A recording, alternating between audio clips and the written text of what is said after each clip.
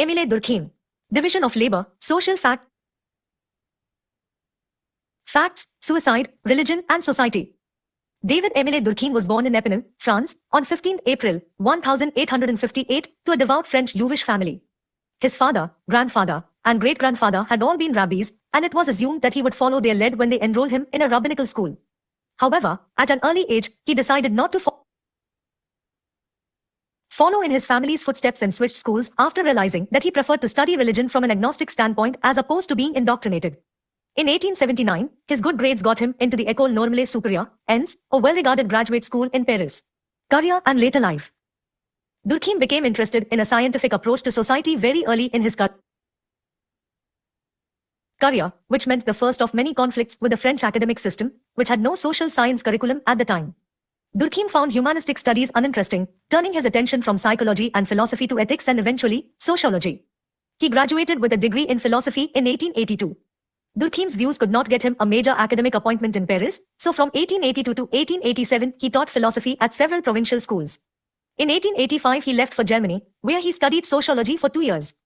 Durkheim's period in Germany resulted in the publication of numerous articles on German social science and philosophy, which gained recognition in France and earned him a teaching appointment at the University of Bordeaux in 1887. This was an important sign of the change of times and the growing importance and recognition of the social sciences. From this position, Durkheim helped reform the French school system and introduced the study of social science in its curriculum. In 1893, Durkheim published his first major work, The Division of Labor in Society, in which he introduced the concept of anomie, or the breakdown of the influence of social norms on individuals within a society.